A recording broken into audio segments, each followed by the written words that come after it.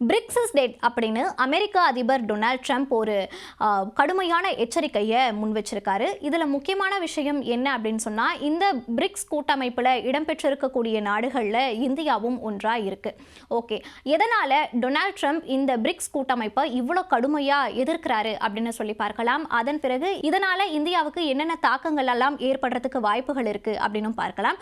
முதல்ல பிரிக்ஸ் கூட்டமைப்புனா என்னன்னு சொல்லி பார்க்கலாம். இந்த பிரிக்ஸ் கூட்டமைப்பில் 5 நாடுகள் இடம்பெற்றிருக்கு. அதுல இந்தியா, ரஷ்யா, சீனா, சவுத் ஆப்பிரிக்கா, பிரேசில் ஆகிய 5 நாடுகள் இதுல வந்திருக்கு. இதனுடைய நோக்கம் என்ன அப்படின்னு சொல்லி பார்த்தோம்னா, பாதுகாப்பு, வளர்ச்சி, ஒத்துழைப்பை மேம்படுத்துதல், அப்புறம் ஹியூமனிட்டி மற்றும் உலக சமத்துவத்தை தான் இதை நோக்கமாக கொண்டிருக்கு இந்த பிரிக்ஸ் கூட்டமைப்பானது. சரி, எதனால் டொனால்ட் ட்ரம்ப் இந்த பிரிக்ஸ் கூட்டமைப்பை எதிர்க்கிறாரு அப்படின்னு சொல்லி பார்த்தோம் அப்படின்னா, பிரிக்ஸ் கூட்டமைப்பில் ஒரு முடிவானது எடுக்கப்பட்டிருந்துச்சு. அது என்ன அப்படின்னு சொன்னால், உலகத்தில் இருக்கிறதுலேயே அமெரிக்காவினுடைய டாலர் தான் விலை மதிப்பான ஒரு நாணயமாக பார்க்கப்படுது. ஸோ அதுக்கு ரீப்ளேஸாவோ அதுக்கு மேலேயோ ஒரு நாணயத்தை கொண்டு வரணும்னு சொல்லிட்டு இந்த பிரிக்ஸ் கூட்டமைப்பு முடிவு செஞ்சதாகவும், இதனால் தான் அமெரிக்க அதிபர் டொனால்ட் ட்ரம்ப் இந்த பிரிக்ஸ் கூட்டமைப்பை கடுமையாக விமர்சிக்கிறதாகவும் சொல்லப்படுது. இதுல இன்னொரு விஷயம் என்னன்னா, இதற்கு முன்னாடி இருந்த அதிபர்களான ஒபாமா மற்றும் பைடன் இந்த பிரிக்ஸ் கூட்டமைப்பை அந்த அளவுக்கு எதிர்க்கல, அதாவது அதிபர் டொனால்ட் ட்ரம்ப் அளவுக்கு எதிர்க்கல அப்படின்ற விஷயத்தையும் அரசியல் விமர்சகர்கள் முன் வச்சிட்டு இருக்காங்க. ஓகே, அது மட்டும் இல்லாம இவர் என்னென்ன எச்சரிக்கைகளை முன் வச்சிருக்காரு அப்படின்னு சொல்லி பார்க்கலாம். இன்கேஸ் இந்த பிரிக்ஸ் கூட்டமைப்பானது அமெரிக்க டாலருக்கு நிகராக வேற ஒரு நாணயத்தை கொண்டு வந்துட்டாலோ, அதுக்கு மேலே இருக்கணும் அப்படின்னு சொல்லிட்டு வேற ஒரு நாணயத்தை கொண்டு வந்துட்டாலோ, அவங்கள கடுமையான பொருளாதார விளைவுகளை சந்திக்க நேரிடும் அப்படின்னு சொல்லியிருக்காரு. அது மட்டும் இல்லாமல் அந்தந்த நாடுகளுக்கு 100% வரி விதிக்கப்படும் அப்படின்னும் அமெரிக்க அதிபர் டொனால்ட் ட்ரம்ப் எச்சரிக்கை விடுத்திருக்காரு. இதில் முக்கியமான விஷயம் என்ன அப்படின்னு சொல்லி பார்த்தீங்கன்னா, எந்த நாள் அவங்க இந்த மாதிரி நாங்கள் ரீப்ளேஸ்க்கு ஒன்று கொண்டு வந்துட்டோம் அப்படின்னு சொல்லி அறிவிக்கிறாங்களோ, அதே நாள்ல அவங்க திரும்பவும் எங்க கிட்ட கெஞ்ச வேண்டிய நிலையானது ஏற்படும் அப்படின்னும் ஒரு எச்சரிக்கையை அவர் விடுக்கிறாரு அமெரிக்க அதிபர் டொனால்ட் ட்ரம்ப். இதில் முக்கியமான ஒரு விஷயம் என்னன்னா, அவர் கையெழுத்திட்டு இருக்கக்கூடிய கோப்பு, அதாவது இந்திய பிரதமர் நரேந்திர மோடி 2 நாள் பயணமாக அமெரிக்காவுக்கு போயிருந்தாரு. அப்போ அமெரிக்க அதிபர் டொனால்ட் ட்ரம்ப் பிரதமர் மோடியை சந்திக்கிறதுக்கு ஓரிரு மணி நேரங்களுக்கு முன்னாடி ஒரு கோப்பில் கையெழுத்திட்டு ஒரு அனௌன்ஸ்மெண்ட் வெளியிட்டிருந்தார். அது என்ன கோப்பு அப்படின்னு சொல்லி பார்த்தீங்கன்னா, பரஸ்பர வரி விதிப்பு. இந்த கோப்பில் தான் அவர் கையெழுத்திட்டு இருக்காரு.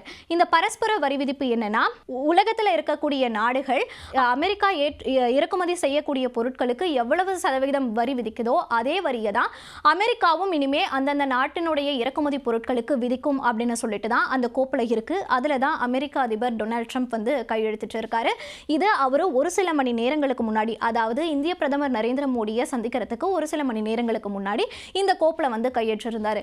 அதன் பிறகு இவங்க 2 பேரும் மீட் பண்ணிக்கிறாங்க. இந்த பேச்சுவார்த்தையானது ஒரு 4 மணி நேரம் கிட்ட நடைபெறுது. அதன் பிறகு செய்தியாளர்களை சந்திக்கிறாங்க. அப்போ பல்வேறு கேள்விகளானது முன்வைக்கப்படுது. அதில் ஒன்று தான் பிரிக்ஸ் கூட்டமைப்பை பற்றி ஒரு கேள்வியானது முன்வைக்கப்படுது. அதுக்கு தான் இந்த எச்சரிக்கைகளை விடுத்து ரொம்ப கடுமையாகவே சாடி இருந்தார். பிரிக்ஸ் இஸ் டெட் அப்படின்னு சொல்லிட்டு அதிபர் டொனால்ட் ட்ரம்ப் சொல்லியிருந்தார். அது மட்டும் இல்லாமல் இன்னொன்றும் சொல்லியிருக்காரு. பிரதமர் நரேந்திர மோடி அதே மேடையில் இருக்கும்போது என்ன சொல்லியிருக்காருன்னா, இந்தியா அமெரிக்கா இறக்குமதி செய்கிற பொருட்களுக்கு அதிகமாக வரி விதிக்கிறாங்க.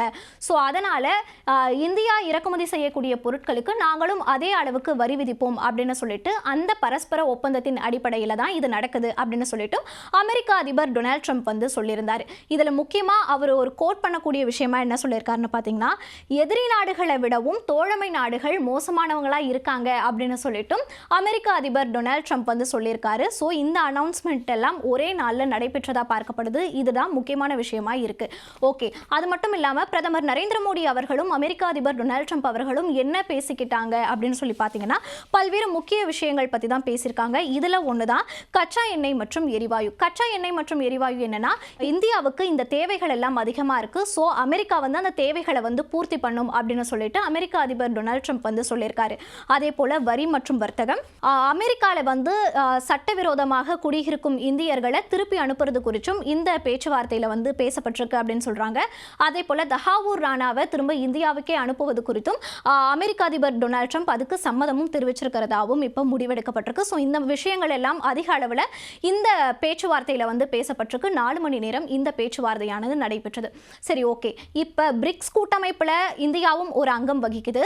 பிரிக்ஸ் கூட்டமைப்புக்கு எதிராக தான் அமெரிக்க அதிபர் டொனால்ட் ட்ரம்ப் பல்வேறு கருத்துக்களையும் விமர்சனங்களையும் எதிர்ப்புகளையும் தெரிவிச்சிட்டு வராங்க.